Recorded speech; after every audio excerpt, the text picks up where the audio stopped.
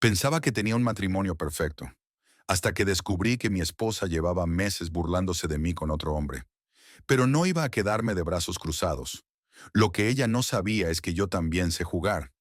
Y cuando revelé la verdad, fue ella quien terminó destruida. Esta es la historia de cómo convertí su traición en su peor pesadilla. Nunca pensé que mi vida pudiera cambiar en un solo viaje. Hasta entonces, todo parecía en orden. Clara y yo llevábamos 7 años casados. Vivíamos en Madrid. Y aunque como cualquier pareja teníamos nuestros altibajos, jamás imaginé que algo tan oscuro se estaba gestando detrás de mi espalda. Yo, Daniel, tenía 32 años. Trabajaba como ingeniero de telecomunicaciones y acababan de asignarme una conferencia internacional en Barcelona. Era la primera vez que pasaría 3 días fuera de casa sin Clara. Ella, de la misma edad que yo, trabajaba en una agencia creativa y siempre había mostrado cierta dependencia emocional, así que me sorprendió su reacción cuando le conté la noticia. «Qué bien, Dani», me dijo sonriendo. «Te va a venir genial desconectar un poco». Era extraño. Esperaba cierta tristeza, tal vez una pequeña queja cariñosa sobre dormir sola. Pero no. Mostró un entusiasmo tan evidente que, en ese momento, lo interpreté como madurez. Está creciendo como persona, pensé. Sin embargo, poco antes de que me fuera, mencionó algo que encendió una pequeña alarma. Estaba pensando, tal vez invite a Hugo a casa uno de estos días. ¿Te molesta? Me costó un segundo recordar quién era Hugo. Lo conocí poco después de casarnos, un antiguo amigo suyo, con quien solía intercambiar mensajes. Siempre me pareció raro que un hombre soltero y mayor que ella fuera tan cercano, pero nunca hubo una razón concreta para dudar. ¿Hugo? ¿Para qué?, le pregunté, tratando de sonar neutral. Nada, solo para ponernos al día. Hace tiempo que no hablamos bien, y como no vas a estar, me tensé. En 7 años de relación, Hugo jamás había pisado nuestra casa. De repente, justo cuando yo me iba, ¿le parecía buena idea invitarlo? No lo veo necesario, le respondí. Si tanto quiere verte, que sea en una cafetería, ¿no? Ella no insistió, simplemente se encogió de hombros, como si no importara. Pero a partir de ese momento, algo cambió. La noche anterior a mi partida se mostró distante. No hubo abrazos largos, ni palabras de esas que reconfortan antes de un viaje. Solo una despedida rápida. «Cuídate», dijo, como si se tratara de un compañero de oficina. Durante la conferencia, intenté concentrarme en mi trabajo, pero su comportamiento me rondaba la cabeza. Le escribía mensajes y a veces tardaba horas en responder. Cuando lo hacía, eran respuestas cortas, sin interés, como si estuviera obligada. Incluso evitaba las videollamadas. «Tengo mucho trabajo», me decía. O «Se me fue la hora, hablamos mañana». Al volver a casa, no encontré nada raro. Todo estaba limpio, en orden, y ella actuó como si todo estuviera perfectamente normal. Pero ya no era igual. Me abrazó, sí, pero sin fuerza. En la cama, giraba hacia el otro lado. En la mesa, su atención estaba en su móvil más que en mí. Los días siguientes empecé a notar cosas. Pequeños detalles. Clara ahora se duchaba apenas llegaba del trabajo. Algo que nunca hacía. Cambió su contraseña del móvil, y cada vez que recibía un mensaje, lo leía con rapidez, borraba el historial y guardaba el dispositivo como si escondiera un arma. Aún así, intenté no ser paranoico. No quería convertirme en ese tipo de hombre que desconfía sin motivo. Prefería pensar que era el estrés, que quizá nuestra rutina había apagado la chispa, y que podríamos recuperar lo nuestro con esfuerzo. Pero entonces llegó la gota que colmó el vaso. Una noche, mientras veíamos una película, su reloj inteligente vibró. Estaba en su muñeca, visible. Vi de reojo una notificación que decía: «Estoy deseando verte mañana, princesa». Mi estómago se encogió. «¿Quién es?», pregunté, intentando sonar tranquilo. Clara se sobresaltó un poco, como si no esperara que lo hubiese visto. «Ah, solo una compañera. Es una broma entre nosotras», respondió con una risa nerviosa. No le creí. Esa noche apenas pude dormir. Al día siguiente, cuando salió a trabajar, me quedé en casa fingiendo tener fiebre. Apenas se fue, revisé el reloj que había dejado cargando en la cocina. Por suerte, no tenía código. Y lo que encontré me quitó el aliento. Conversaciones enteras con Hugo. Fotos. Audios, risas, detalles íntimos. No solo había estado en nuestra casa mientras yo estaba fuera. Clara lo había recibido más de una vez. Le hablaba como jamás me había hablado a mí. Y lo peor, se burlaban de mí. Me llamaban el ciego, el idiota. Y ella decía que solo pensaba en él cuando yo la abrazaba. Durante más de una hora, me senté en silencio leyendo y guardando todo. Sentí náuseas, lágrimas, furia, pero también claridad. Ya no era un marido engañado, era un hombre que había despertado, y no pensaba quedarme quieto. Esa mañana, después de leer los mensajes, sentí cómo algo dentro de mí se rompía, pero no permití que el dolor me paralizara. Cerré el reloj, lo dejé en su sitio y empecé a planificar. No era el momento de actuar con rabia, sino con cabeza fría. Llamé a un abogado especializado en divorcios. No mencioné aún la infidelidad, solo dije que necesitaba orientación. Pedí una cita para la semana siguiente. Necesitaba saber mis opciones legales antes de enfrentar a Clara. No iba a cometer el error de dejarme llevar por la emoción. Durante los días siguientes, actué con normalidad. Si ella sospechaba algo, no lo demostró. Seguía con su rutina, pero ahora yo veía todo distinto. Observaba sus movimientos, los silencios, los gestos, como quien analiza una obra desde fuera. Ya no era mi esposa, era una mujer que vivía conmigo mientras me traicionaba sin culpa. Descubrí que Clara no solo me había engañado con Hugo, sino que también había hablado con su terapeuta sobre ello. Lo supe por un mensaje donde ella decía, mi psicóloga dice que debería decirle, pero que también merezco ser feliz. ¿Feliz? ¿Mintiendo? ¿Destruyendo una vida por placer? Eso fue lo que más me dolió. Que alguien que conocía nuestro pasado, nuestras luchas, nuestras ilusiones, prefiriera seguir jugando a dos bandas. No había culpa en sus palabras, solo arrogancia. En su mente, yo era el obstáculo, no la víctima. Con cada nuevo mensaje que leía, mi decisión se afianzaba. Pero no me limité a leer.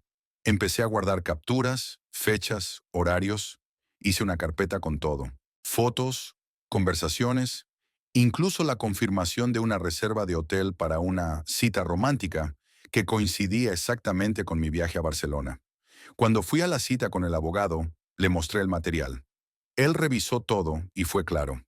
Tienes un caso sólido, pero no menciones que accediste a sus mensajes sin permiso. Usaremos lo que sea legalmente admisible. Lo importante ahora es documentar su comportamiento y, si es posible, que reconozca la relación por sí misma. Y si no lo hace, entonces dejaremos que las pruebas hablen. Pero cuanto más controlado estés, mejor será el resultado. Salí de ahí con una mezcla de alivio y rabia contenida. Ya no estaba perdido. Tenía un plan. Esa noche decidí enfrentarla, pero de forma calculada. Le pregunté con calma. Clara, he notado que estás distante. ¿Hay algo que quieras contarme? Ella bajó la mirada, fingió sorpresa. ¿De qué hablas? Estoy cansada, nada más. ¿Segura? Porque no pareces la misma. Y no quiero pensar mal, pero... ¿Pero qué? Interrumpió fingiendo indignación. ¿Estás insinuando algo? Solo digo que, si hay algo que debas saber, este es el momento. Guardó silencio unos segundos. Luego se levantó, cruzó los brazos y dijo, mira, si estás inseguro, habla con tu terapeuta. Yo estoy bien. No sé qué más decirte. Ahí entendí que no pensaba ceder, que si quería la verdad, tendría que quitársela yo mismo, no esperarla de su boca.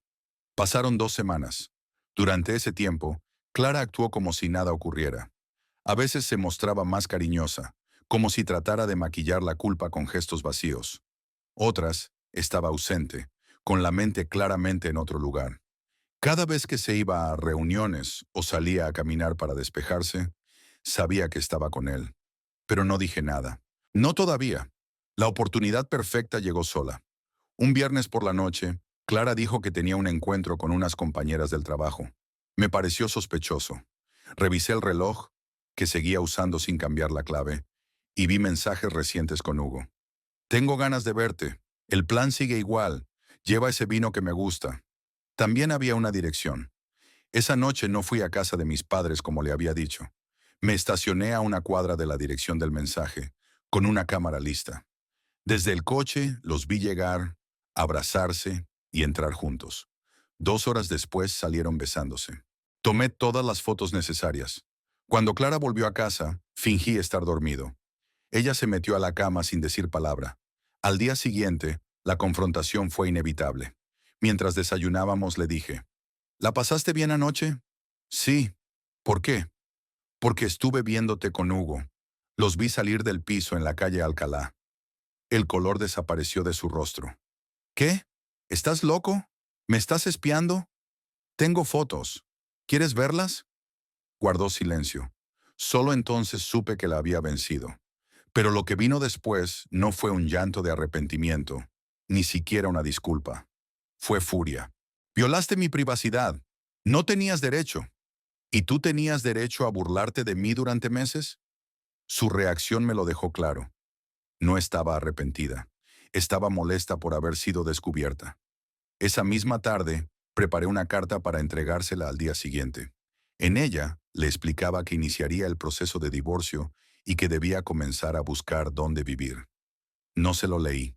Solo la dejé en su escritorio con una nota. Lila cuando estés sola. Lo que Clara no sabía es que aún no había visto lo peor. Lo más doloroso no fue descubrir su infidelidad, sino darme cuenta de lo poco que significaba yo para ella. Y eso, lejos de destruirme, me convirtió en alguien más fuerte. El día que Clara leyó la carta, no hubo gritos ni súplicas, solo un silencio inquietante. Se encerró en el baño por casi una hora y salió con los ojos rojos, aunque sin una sola lágrima en la cara. No dijo nada. Se limitó a preparar un café como si el mundo no acabara de venirse abajo. Yo tampoco hablé. Ya no tenía nada que decirle. Todo estaba escrito con claridad.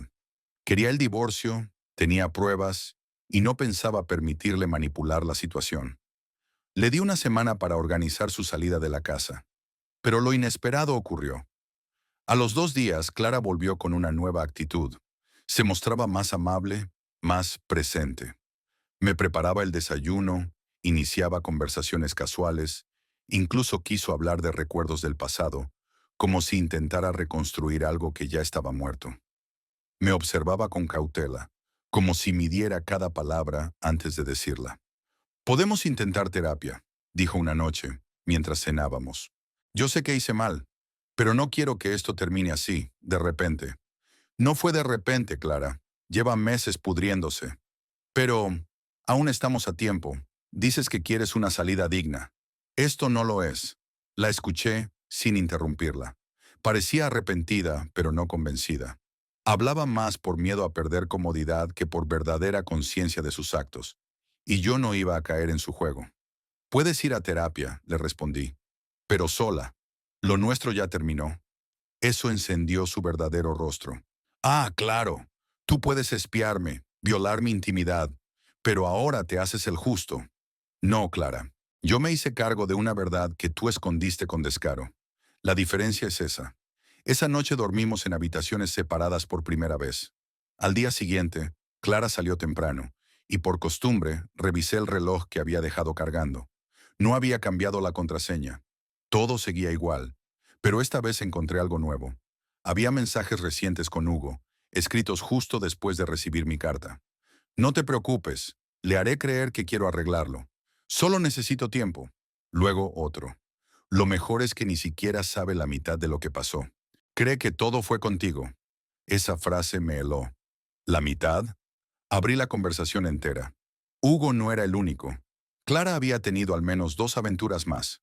Uno, un compañero de trabajo. Otro, un conocido de un curso de fotografía. Todo en paralelo.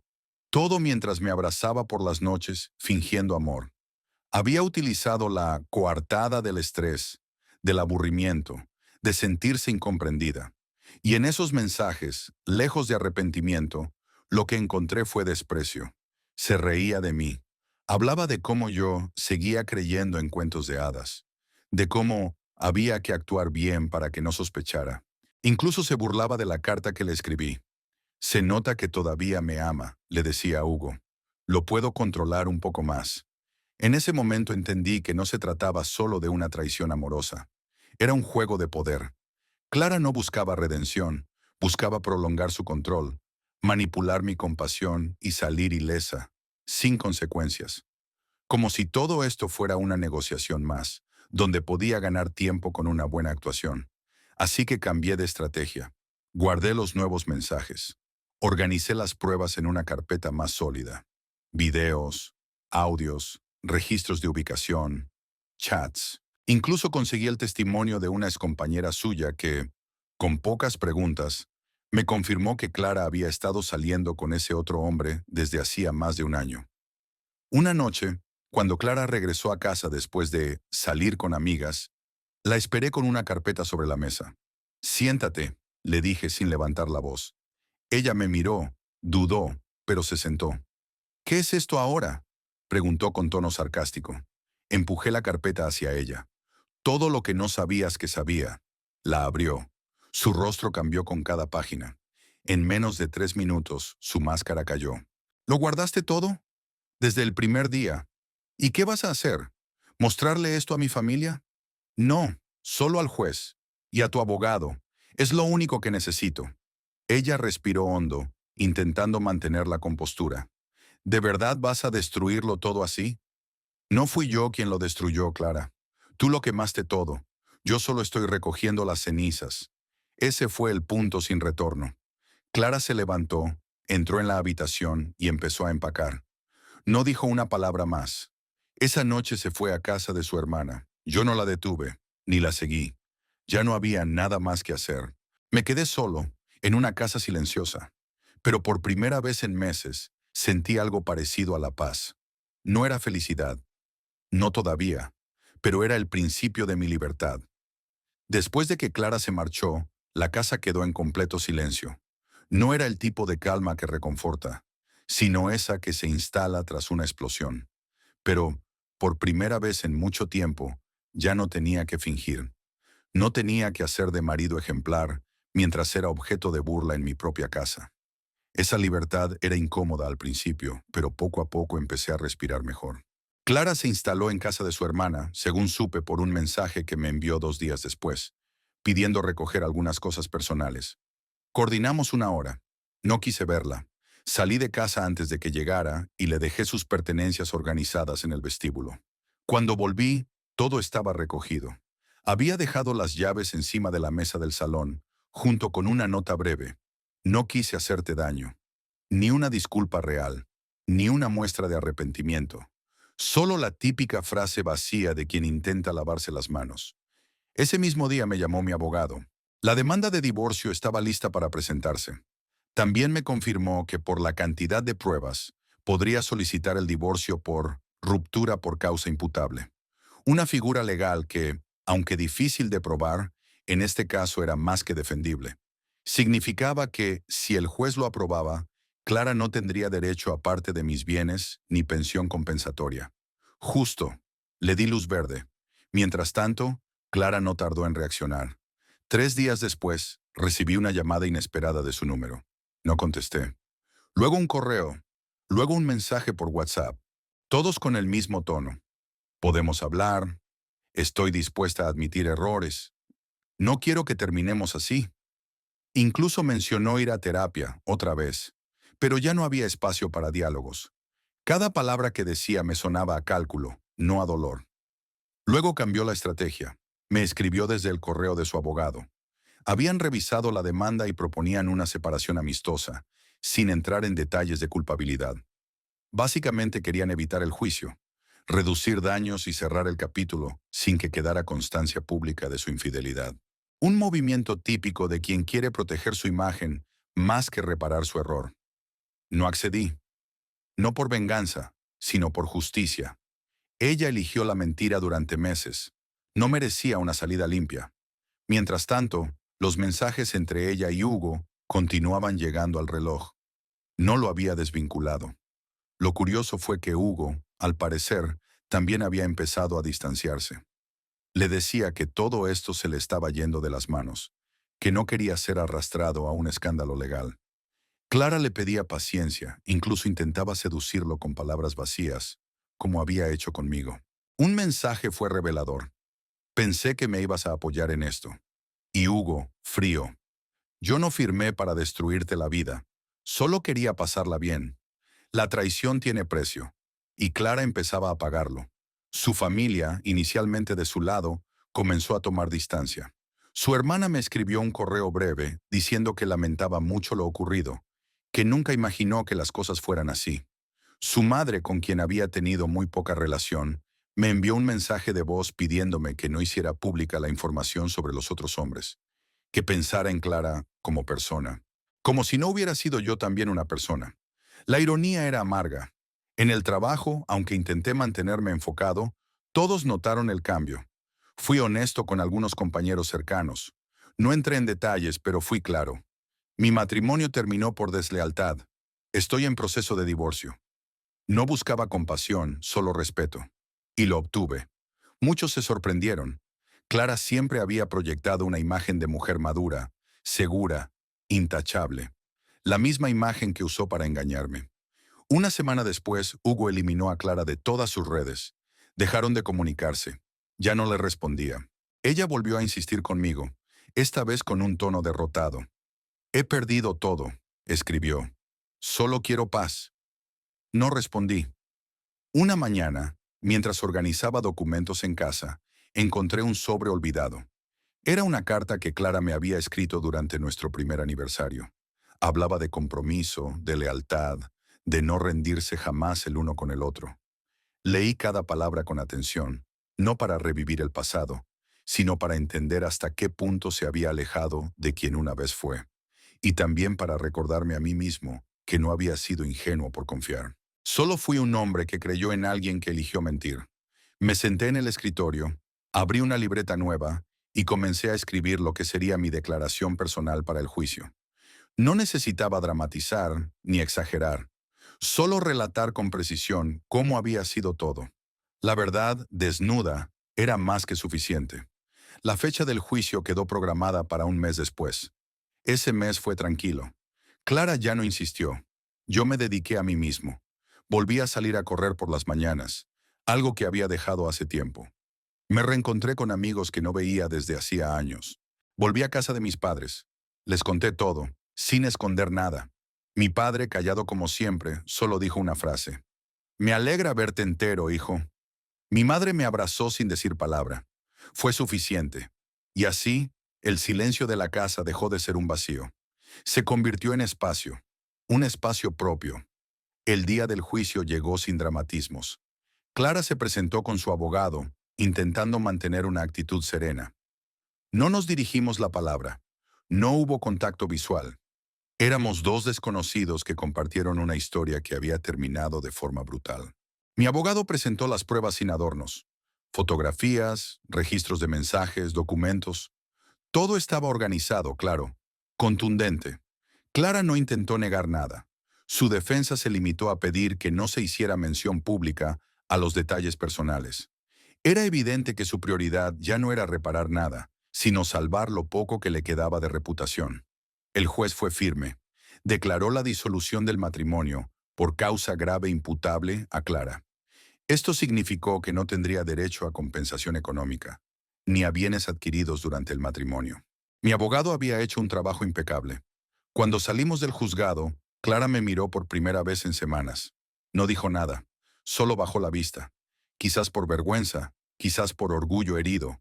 Yo me sentí libre, no feliz aún, pero sí descargado, como si una losa hubiera desaparecido de mi espalda. En los meses que siguieron, volví a ser yo. Poco a poco, sin prisa. No busqué llenar el vacío con alguien más. Necesitaba estar solo. Comprendí que la soledad no siempre es sinónimo de tristeza. A veces es la única manera de escucharte de verdad. Volví a viajar. Visité amigos en Valencia. Recorrí el norte de España. Empecé terapia, no por debilidad, sino por responsabilidad emocional. Tenía claro que no quería cargar con rencores ni repetir errores. La psicóloga me ayudó a poner palabras a cosas que había enterrado. La frustración de haber confiado ciegamente. La rabia por haber sido traicionado sin culpa. La necesidad de no convertirme en alguien cínico. Una noche, meses después del juicio, me encontré con un mensaje en mi bandeja de entrada. Era de Clara. Decía simplemente, sé que ya no importa, pero quería pedirte perdón. Por todo. De verdad. No respondí. No por desprecio, sino porque no necesitaba cerrar nada con ella. Ya estaba cerrado. Ese capítulo no merecía ni una línea más. Lo que sí hice fue releer la carta que yo mismo le había dejado aquella vez. En ella no hablaba de venganza ni de castigo. Solo decía, quien rompe algo sin intención de repararlo, no merece volver a tocarlo. Y eso seguía siendo cierto. Tiempo después, me enteré de que Hugo había desaparecido de su vida. Al parecer, cuando la situación dejó de ser divertida, cuando dejó de ser el amante en la sombra y pasó a ser parte del problema, se alejó. Clara intentó volver con su familia, con sus amistades, pero ya no tenía el mismo lugar. Todos sabían, todos vieron lo que fue capaz de hacer, y por más que intentara justificarlo con frases como «me sentía sola» o «no me sentía valorada», lo cierto es que nadie empatizaba con quien pisotea a otro sin pestañear. Yo, por mi parte, seguí avanzando. Un año después, un amigo me invitó a dar una pequeña charla en una universidad sobre gestión emocional y resiliencia personal. Al principio dudé. ¿Qué podía decir yo? Pero acepté. Y hablé, sin nombrar a nadie, sobre cómo reconstruirse desde el fondo. Sobre cómo el amor propio no es arrogancia, sino supervivencia. Sobre cómo el dolor, si se enfrenta con dignidad, no destruye, transforma. Después de la charla, una chica del público se me acercó. Me dijo que había pasado por algo parecido, que mis palabras le habían dado una claridad que no encontraba desde hacía meses. Me agradeció. Y en ese momento entendí algo. A veces el dolor sirve para que otros encuentren su camino. Con el tiempo volví a abrirme al amor, sin prisas, sin miedos innecesarios. Sabía que no todos los caminos llevaban a la traición. Solo había que aprender a leer las señales, a escuchar más allá de las palabras, a confiar, pero con inteligencia. Hoy, si miro hacia atrás, no siento odio. No siento pena por lo que perdí, porque lo que perdí era falso.